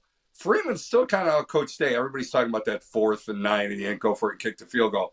But Freeman came in, and much we talked about last week with Kirk Ferentz. Sometimes it's knowing your team. Maybe the reason Kirk doesn't open it up because he doesn't have a good quarterback. I said that last week. Same with Freeman. He said, I got to go out. We got to chew up the clock. We can't hit for big plays. I'd rather take a 7, 8, 9-yard play than a 39-yard play, keep Ohio State off the field. That opening drive could not have been any better. It was perfect for Notre Dame. What's his name? The quarterback from Duke, transferred to ND, obviously. He looked like he was completely dead. After that first drive, he was spent. It was over. And then Ohio State scored like 31 straight or unanswered points. But I thought Notre Dame handled themselves well, and they didn't give up, and they battled back and made it close. Got it to 8 at the end, right? Yeah. At one point, rather. So I think Notre Dame did themselves proud. They did well. Think about now with the 12-team playoff, winning 3 playoff games is 16-game playoff, winning the opening round, which they did not have a bye. Round 2, like I said, it was Indiana, Georgia, Penn State. Was that the order they beat? Indiana, off the top of my Indiana, Georgia, and then they beat Indiana, Penn State, and then they beat last night. 3 games. The Georgia was Ohio's. No, yeah, they did beat Georgia. They beat Georgia. No. Yeah, you're right. Ohio State beat Oregon. Okay, anyway, we should have done a little research before this, off the top of my head. No, but anyway, right, I agree with John. Plus Notre Dame, now he's going to get some 5 recruits. And now, Notre Dame will probably get some nil money that they may not have had. Not that Notre Dame's ever struggled for recruiting people. But if you think about it, a long time ago, all the Lou Holtz fans, and I've never been a big fan, he had them lower the standards. Notre Dame would pride themselves, we don't take Prop 48. Well, it got Zorich, who was a great kid out of Chicago. It got Tony Rice, the quarterback who won. He didn't bring in bad kids, but he had them lowered a little bit because Notre Dame people had to realize we got to take in some other kids. Yeah. Not that they were bad kids or bad students, but they weren't the perfect, dream recruits. So, yeah, and I think Freeman will see that now because he's going to get some people that weren't maybe looking at Notre Dame. Maybe they were all looking at SEC. Maybe they were all, I'm going to go to Georgia, I'm going to go to Alabama. Well, all of a sudden, Georgia and Alabama aren't as dominant. And I'm going to give some props to Ohio State because we are in Big Ten country, or you are. I'm in ACC country now. Ohio State won the first ever 4-team playoff, Matt. Now it goes to 16 teams. Who wins it? Ohio State. Yeah. Yeah. Or 12 teams. 12 I teams. said 12 You're right, and 12. 16. And you're right. It was because of the buys. Indiana was the when first you don't round. get the bye, you play. Yep. Yeah. And none of the teams that got a bye made it to the championship game. Those 4 teams that all had that first round bye. 7 and 8 seats. It's crazy. It's crazy. Yeah. With that being said, was it a good system? I feel like you have an opinion on things that can make it better, things that can that was bad about it. How was that? That's better than 4 teams by far. Yes. When I was on KJOC, this is 20 years ago, maybe longer. I don't even know. Yeah, probably longer than that. that. Over 20 years ago. Yeah, 25. I had 18 playoff.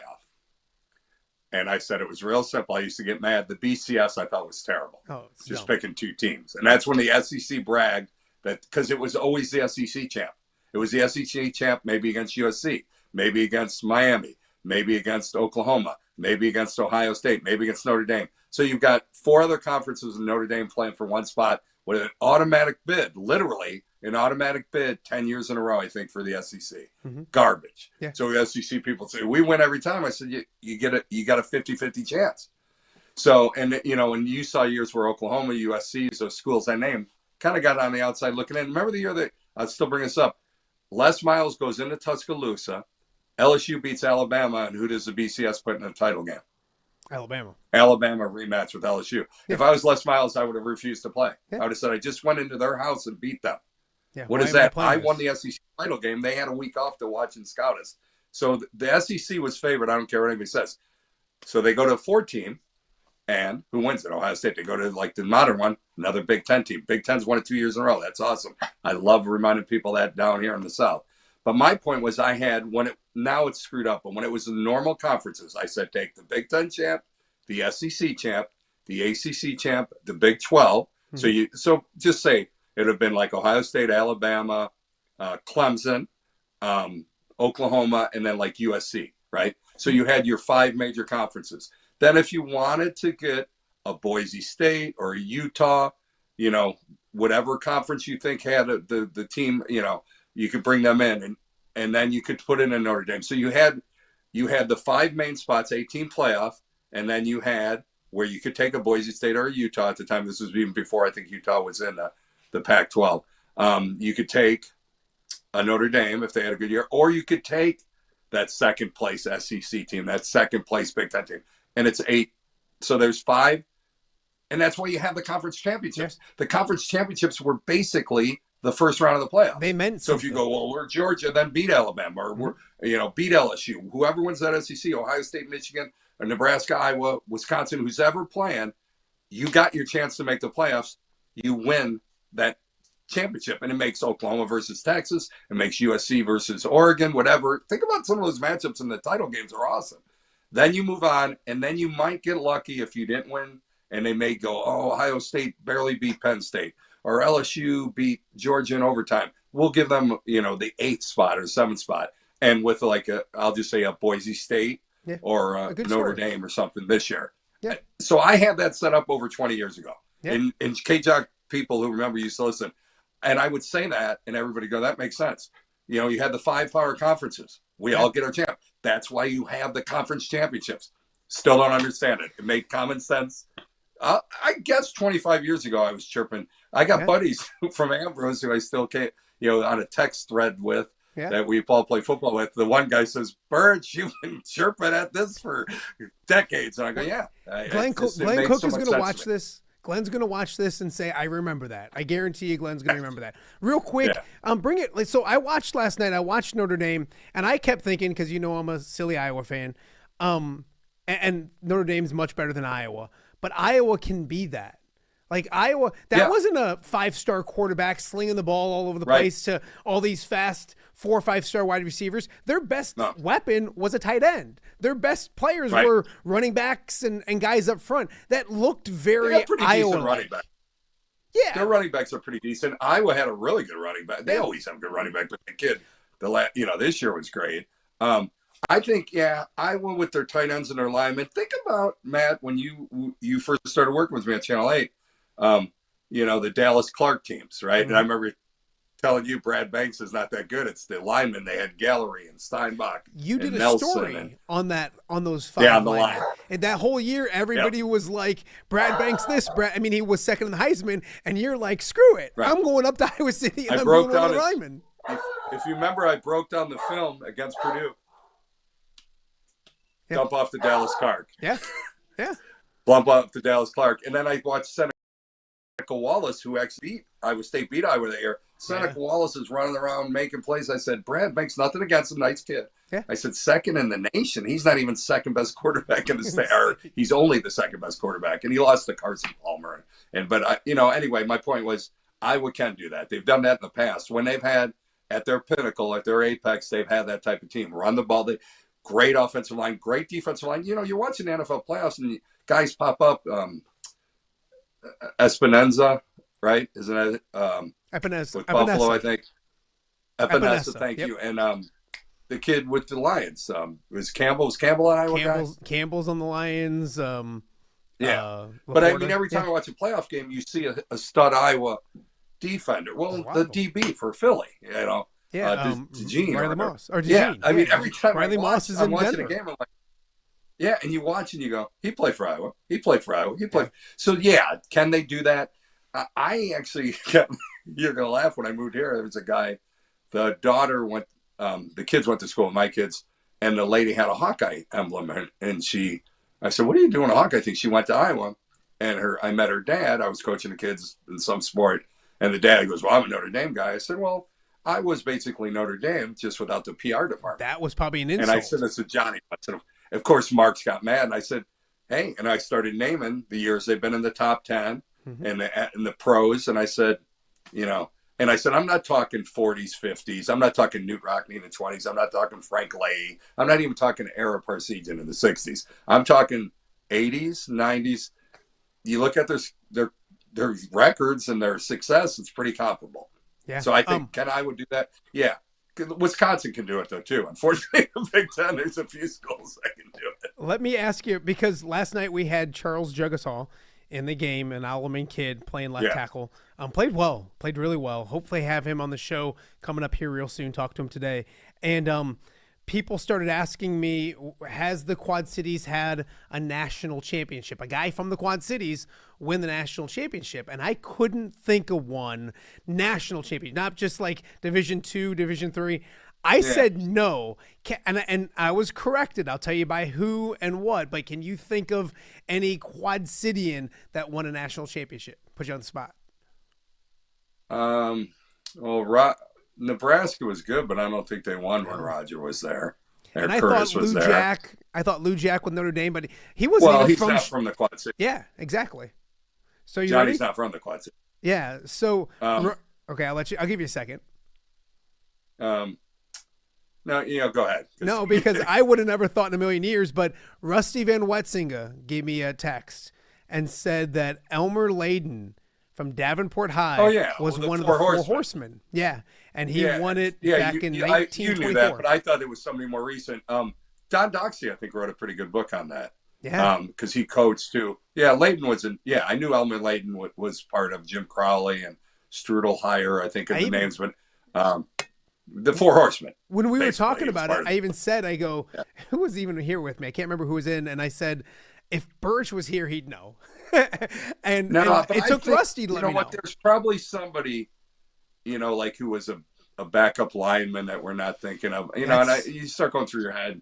You're the Holstroms and the Brad Hopkins, and you start thinking I'm sure there's somebody who was a backup on the team we're not thinking of yet. Yeah, but it was fun. But that's still a great one. Yeah, and hopefully, I think Charles, I don't know if he's going to win national championship next year. I think Notre Dame's in the mix again. But usually if you're a Notre Dame lineman, you're going to play on Sundays. You're going to get an opportunity to play on Sundays. I don't know if you're going to play. Now, not he's everybody's John sophomore. What's that? He's only a sophomore, right? Yeah, he was a true freshman last year, played in the bowl game because all opted out. Right. And then he was going to start this year, tore his pec, got back, and he was just doing special teams. And in the semifinal, their guard got hurt. He went in at guard, played great, and their tackle got hurt too. First start of the year was last night. And I mean, you know more than I do, but the experts, the PFF guys, said that he graded out amazing and did good. Really good kid too. Is he more importantly, and because you're a biased All-American pioneer, is he a good kid? He's a fantastic young man. And that's what I've heard. Dan, we've talked about, and I probably have talked to you about this, not on air or anything, but you can kind of tell, and not that we ever had bad kids around here, but couldn't you tell when you were covering somebody, the kids that were genuinely good kids, and then, I'm not saying they were bad kids, but there was that special, you could tell that's a really good person, raised well, and all that kind of stuff. You're going to laugh. I told this story about a kid who played, let's just say he played at Rock Island, and he played basketball. I won't mention any names. And he was a freshman on the varsity, and let's just say the head coach's son, let's just say his name was Mike, said, you got to come watch this kid. Dad's got him on the varsity as a freshman. Let's just say the dad's name was Duncan. And I go and I watch this kid, and all he's worried about is pulling his pants down. And afterwards I said to Mike, that kid's garbage. Oh, no, he's got a lot of talent there. And I said, all he worried about was himself. By his senior year, the kid wasn't even on the team. Yeah. I think he's still playing up at one of the parks. And you know who was the same class as him? Pete Michael was on the freshman team, worked his butt off. So you can tell even when they're freshmen sometimes. I hate to point that out. That was a perfect example. That kid, I remember laughing, looking at, and it's Mike and Duncan Ried. I don't have to say the kid's name, but I'm like, that kid, Mike, no. Because Mike specifically invited me to the game just to watch that. Just to watch him. Well, I remember. Yeah. Jason Randall came into the studio and the same thing. Like as a freshman, he came in for your show, which we renamed a million times. It wasn't because I wanted to, but you could tell as a freshman with mom dropping off the door that he was as genuine can be. Yes, sir, no, sir, all that kind of stuff. And he's that guy that I still text with a couple times a month just to keep up and all that kind of stuff. You can tell the good ones. I'm not saying the other ones are bad. I'm not saying everybody else is bad, but and Charles is in that category. You can tell he's a good kid. All right. Think about the kids in the area who have gone. He wasn't Quad Cities, but I'll give an example. You're an Iowa fan. Like meeting Ryan Bowen and Ricky Davis at the same time. Yeah. Who had more talent? Who got the most out of their right? talent. Weren't they about the same time in Iowa? Yeah. Bowen was a little earlier, but yeah. Okay, but maybe there's another kid. It wasn't Settles. I'm trying to think. But I remember talking, and the one kid just laughed at and Ricky had talent out to wazoo, maybe as much talent. Joey Range is another one. You saw kids, not that they were bad kids, but you saw kids with talent, and then you see kids like Brad Hopkins. Brad Hopkins didn't even win Athlete of the Year. Neither did A.C. Earl, who played at Iowa. It was the Wentz kid from UT, the Quad City Times Athlete of the Year. But there was just something about Hopkins who carried himself a little more mature. Yeah. James Jones, who went to Central, was the same way. They weren't the best. Sometimes they weren't even considered the best kid on their high school team. Yeah. But there was just something about them. They were a little more focused, a little more mature. Hopkins is a good example. How do you remember who won the Player of the Year for the Quad City Times back for Wentz? How do you remember that? What's wrong with you? How do you remember these things? I can't remember my kids. I don't remember my kids' birthdays, and you're sitting here rattling off that. I think I emceed it. You mentioned Rusty Van Winsing. I think I emceed. If I didn't MC the year he won it, I emceed the year he was in the running.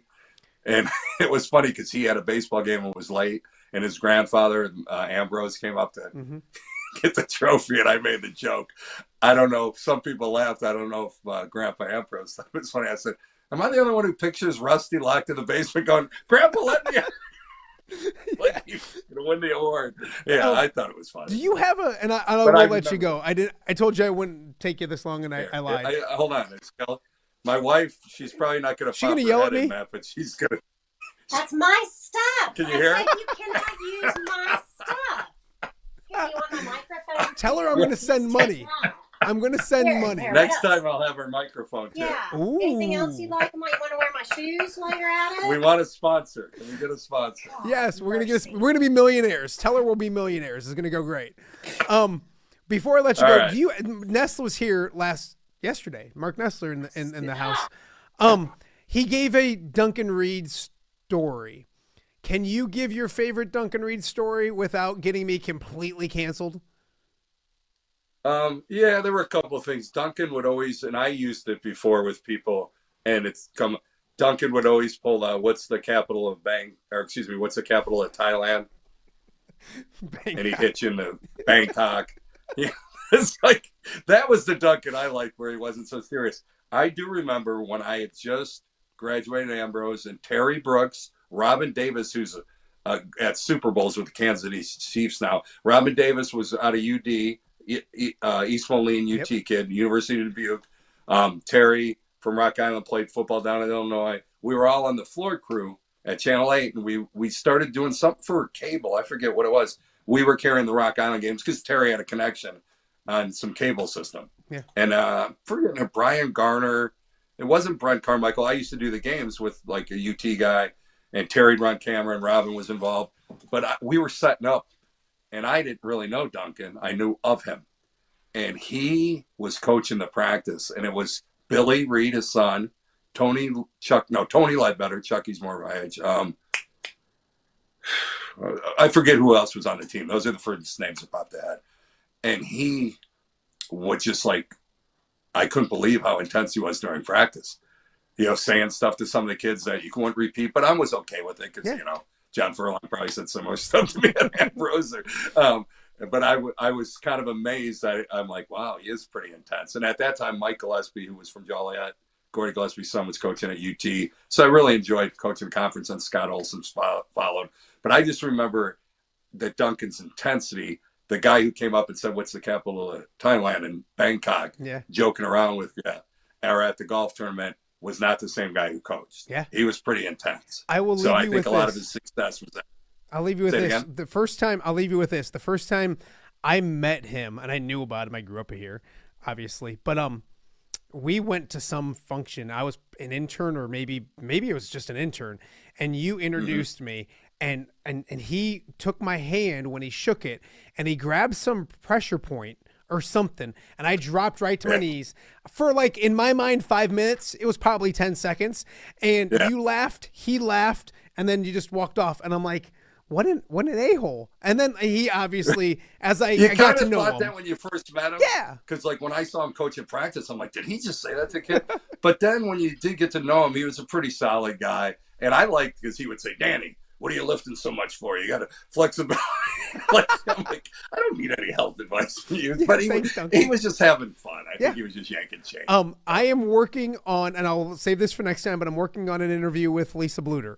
So maybe next week we can chat about your days with Lisa Bluter and all that kind of stuff back over at Ambrose. So, all right, 2 things.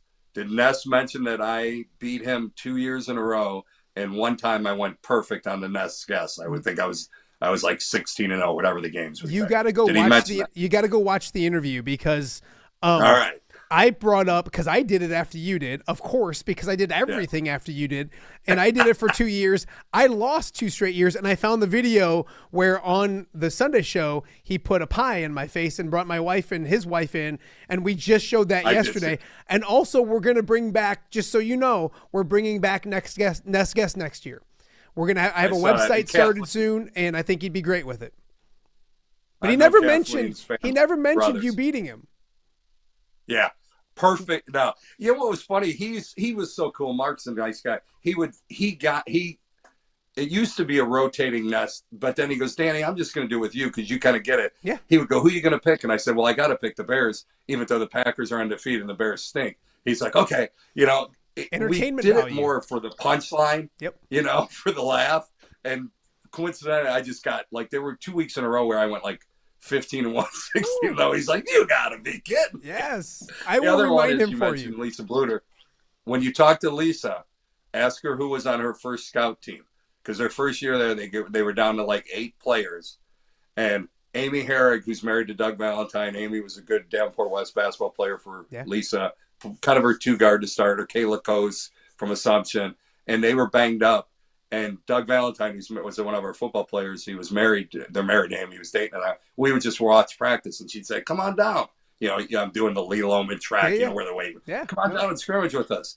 So Lisa was great. Then I MC like the Grid Club, like 15 years later, and I introduced Lisa, and she goes, "Dad was on my scout team." She remembers everything. She remembers, and Duke says the same thing. Duke will be at he was at a press conference for something, and she stopped the press conference just to point out Duke being there and how much Duke meant to her at St. Ambrose. Well, he did. He helped to get her ready for, interviews. Duke was huge, and Duke was huge to you, huge to me. Ray Shovlain. I cut my teeth, which I like, on the Ray Shovlain show. It was Ray's first year, I think, as the head coach, or maybe second. I think he's still doing it. Yeah, he's still doing it. Yeah, and I was learning how to do interviews, and Duke loved it. And if Duke remembers this, I would purposely edit the tapes after the game for the next show, and I'd purposely put in plays like bad calls or questionable calls that I knew Ray would get upset at, and it would start off, "Well, Danny, me, I'm not going to complain about reffing, but geez, look at that call. I got hosed there." All right, we're getting way off subject, but I would bait Ray a little bit. He came in to do your show one Sunday, and we didn't do it live, but it was as live, so we wanted to do it live. Yeah. And he started the thing off, asked the first question. He's like, "Ah, shit, damn, we're going to have to start that again." I'm like, "Well, yeah, we're going to have to start that again." You just cursed 3 times. So he's one of a kind. That's another person hoping to have on real soon. So we could do this all night. I'm going to let you go. Let Kelly know that the checks soon will be in the mail. I'm going to make it so that this is well worth your while, but make sure you thank her for me. Big check. Big check. Huge checks. He is Dan Burich. Danny, I appreciate you. We'll talk to you next week. See you, buddy. All right. He is Dan Burich. It is Wednesday here in the Quad Cities. You're watching OTA. We will be right back. Are you looking for the Quad Cities' best chips and salsa? There's only one dude to turn to. Right on. Snoop. Hand-cut chips, fried fresh with that crunch you've come to love. And the most addicting salsa with delicious fresh ingredients each and every time. Pick up your chips and salsa, queso, enchiladas, and much more at the Stern Center in Rock Island. Place your order, simply call the man himself. It's Snoop at 309-314-8197 and find out for yourself what the rest of the Quad Cities already loves. Welcome back to OTA on a Wednesday, a chilly Wednesday in the Quad Cities. Thanks for joining us. Of course, first hour we were joined by Tom Kakert. Tommy talking a lot of Iowa basketball, the disaster that was in Iowa City last night, and talked a little Bears as well. We want to thank Dan Burich for just being on. If you missed any of those interviews, you can check us out on our YouTube channel. Also, the entire show up on podcast platforms coming up this afternoon. We just got through Martin Luther King Jr. Day and weekend, and that usually, back in my old days, would be the jumpstart to the finishing stretch of the high school basketball season. And that's what it is. It's coming to an end real soon. And one of the teams playing fantastic basketball these days, the Rock Island Rocks, 19-2 on the season. Despite the guy who joins me right now, usually he's there messing things up, but Coach Polite, you're doing okay this year. Welcome. I appreciate you doing this with me. I take no credit, so it's all the kids. So you know how that goes. Yes, it's always your fault sure. when something bad goes wrong. Exactly. And you never get any love when Exactly. something good. Hey, 19-2, and I see a lot. I talk to you. Every time I see you, I got to talk to you. And I want to say over the offseason, I said, how do the Rocks look? What do you guys look like? And you kind of gave me this sheepish smile. You said, we're going to be good. I think you felt that you'd be good. I didn't know how good this team would be. There's been other Rock Island teams that I could see coming, maybe, if that makes any sense. I don't know if it's fair or Yeah. not. When did you realize that you had a state-ranked 19-2 type of team right now? Well, I thought we knew we had a pretty good chance pretty early, to be honest with you. Sometimes you just don't know how teams mix together. You don't know, a lot of factors that influence how good a team is going to be. But I felt like when we got rolling this summer, we went and played at a lot of different tournaments and different places throughout the month of June, and we were beating good teams, and we're beating them pretty soundly. And we're not big, we're not a lot of the things that traditional Rock Island teams have. And for us to be able to go out and handle the teams the way that we did in the summertime, and I knew that we had only gotten only a few things in, that we had a chance to be pretty special. Yeah, you look at this kind of thing, and you don't have a Nimmers or a marquee name Yeah. coming into the season. Now these guys Yeah. are starting to get some name to them and all that kind of thing. But it seems like a connected team where if it's not Yeah. this guy one night, it's this guy the other night. Kind of talk about that. And Yeah. as a head coach, that's a luxury to have. Where if one guy might not have an off night, you got other parts that can do good things. Yeah, that was our challenge, this off season. That we have our coaching staff meetings, and I remember one of our assistant coaches, Coach Rogers, goes, "Man, we don't have that guy." Because ever since I've been here, we've had a guy. We've had Amarion Nimmers my first year. We had Cam Atkinson my second year. We had KJ my third year, and now we really don't have that perennial all-state caliber talent. And so we had to figure out how we're going to score. And we did some really deep dive. And if you watch us now, we've changed and modified quite a bit. Our offense that we run, we're very different as far as what we run, how we play. And I really feel like it fits the personnel that we have. And we're just hoping that we can continue it, not just this year, but continue kind of in that vein here for the rest of the time that I'm here. Yeah, in my old life as a TV guy, I would go and get highlights, get offense, and offense is fun.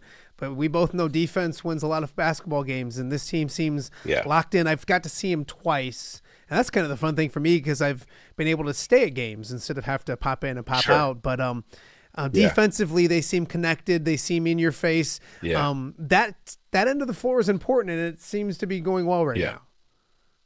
Yeah, that's our identity.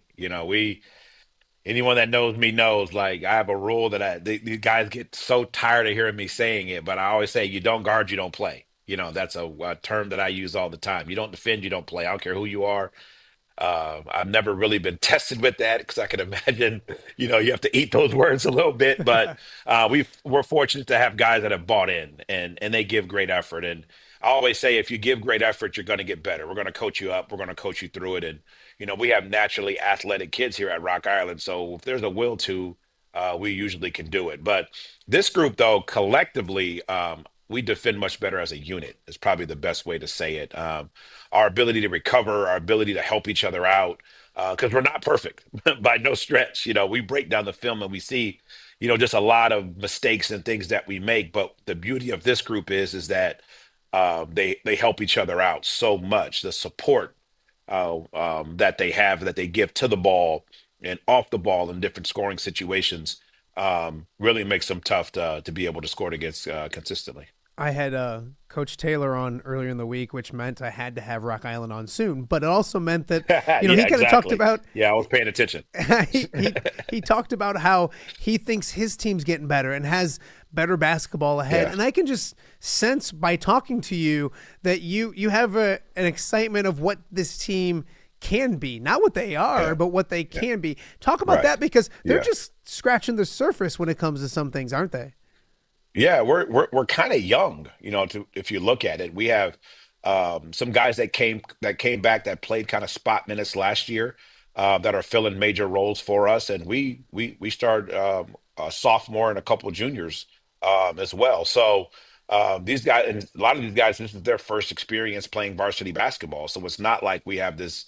Coach Taylor always says, I got 19 seniors and all this other stuff. Like, we have just a few guys that are really getting and cutting their teeth at the varsity level. So with that experience comes some more, being a little bit more comfortable, being a little bit more seasoned as far as, how to close games out and those type of things. So we had a lot more young mistakes early on that would still rear their ugly heads at the worst times. And we're starting to see those diminish quite a bit. So we're excited. We're getting ready to hit this final stretch. And, this is that time where it's now kind of correcting some final things and making that final push to the end of the season. Coach, I'm biased, and I think the Western Big Six is the best conference in the state, and I love it. And it seems like, especially of late, it's been really good. Obviously, when you have a conference that wins a state championship, it gives some light more to the conference.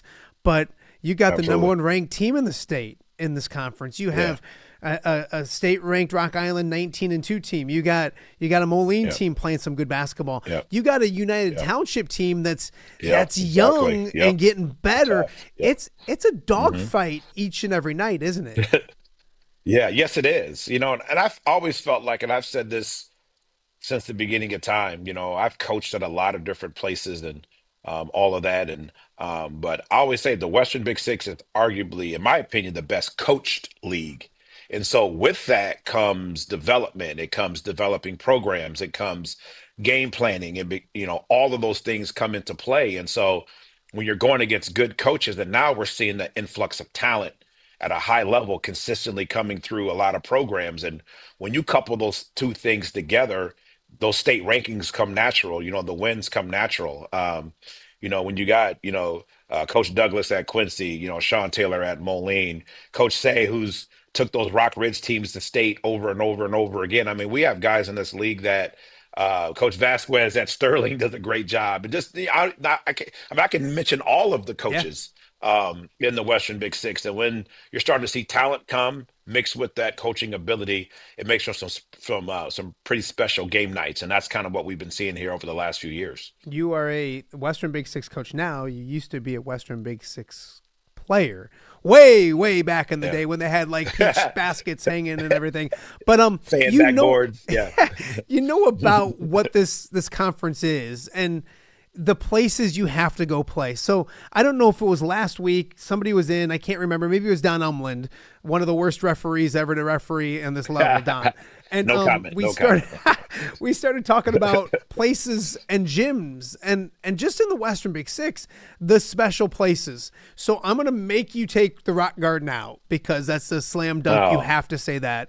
What are some of those places, not just as a coach, but as a player that you respect, you like going to? It might be the hardest place to go, but the environment is what high school basketball should be. Yeah. I mean, you have to put Quincy probably at the top of the list, but just because of the sheer amount of money and resources that they pour into that boys basketball program. And it's obvious. We went down there last Friday and you could just see, just the level of commitment that they put to their boys basketball program, not just from what happens on the floor, but just from a production standpoint. I mean, it's college level when you really think about all the hands that are in it to make sure a Friday night like last night gets off without a hitch. And so, that's high on the list. But, I've always felt like I played well at Quincy too. It's a nice shooting gym. It's got great backgrounds. It's a good floor to play on. That matters to players. The floor matters, and they got a good floor as well. And I'm biased, obviously. United Township, they had a UT, the Future Panthers or Panther Travel had their tournament last weekend. And I was there watching the Future Rocks teams play, and I got a chance to go inside of the new renovated Panther Den, and whoa, like that place is beautiful.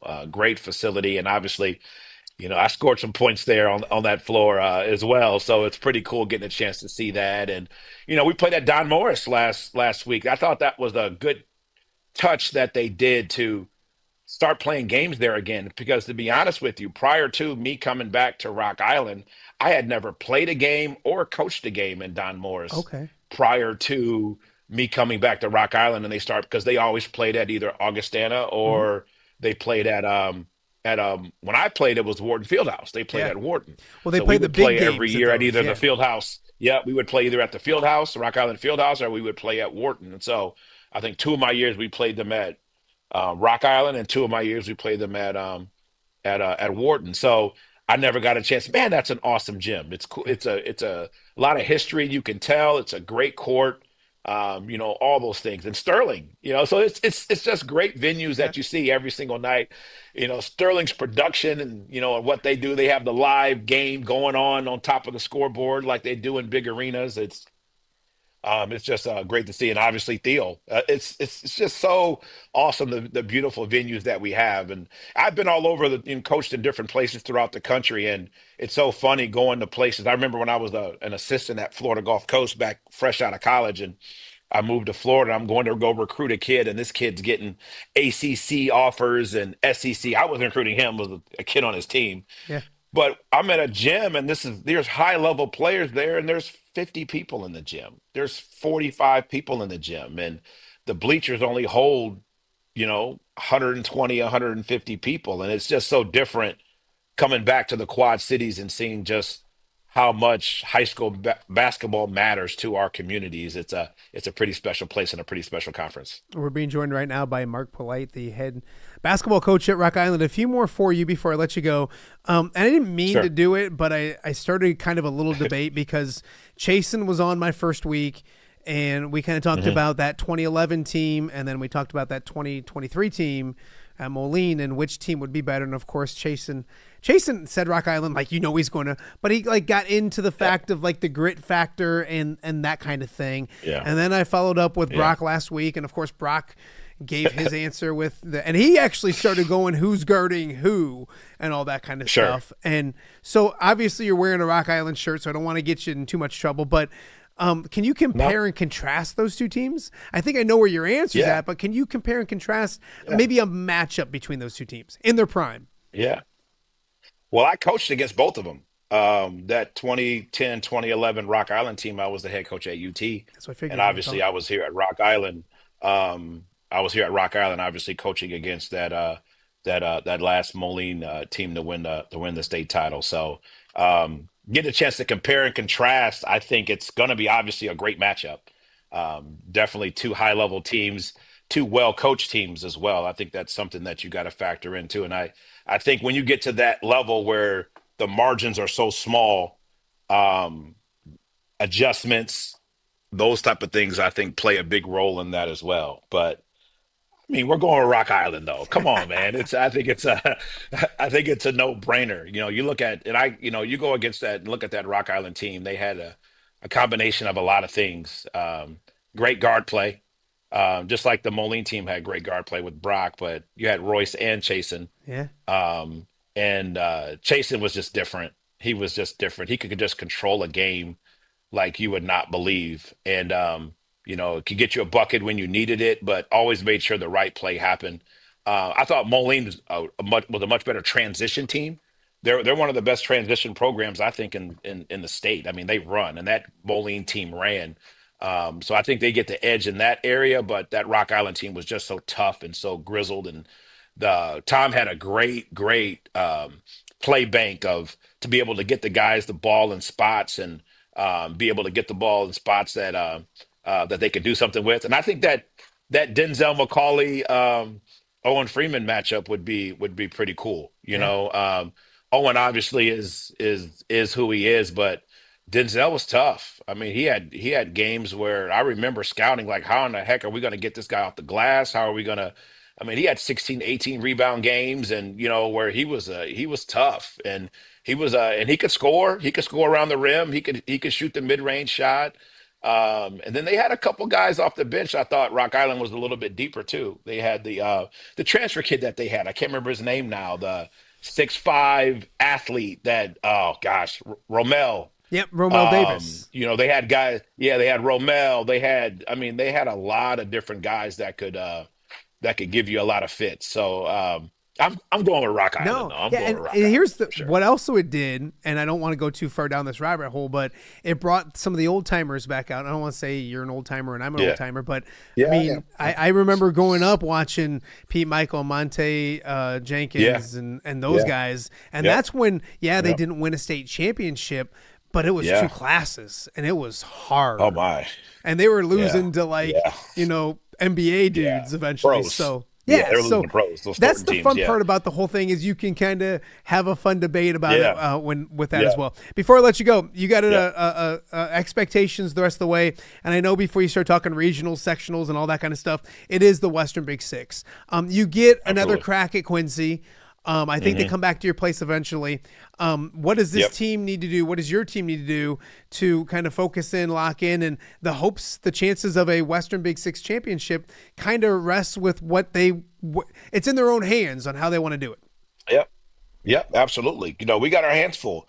We knew going down to Quincy, last Friday, that's a tough task. We knew that they would be ready for us, two ranked teams coming in, and but I think we got an opportunity to kind of see how we match up to them physically, all those things. I mean, they're much bigger than us. I'm not gonna, try and hide that fact. I mean, they're Loncore 6'4", they go 6'4", 6'5", 6'5", 6'6". So I mean the size and being able to neutralize that, we got to do a much better job with that. I thought we guarded them really well. I thought they're a system based team. They run that chin.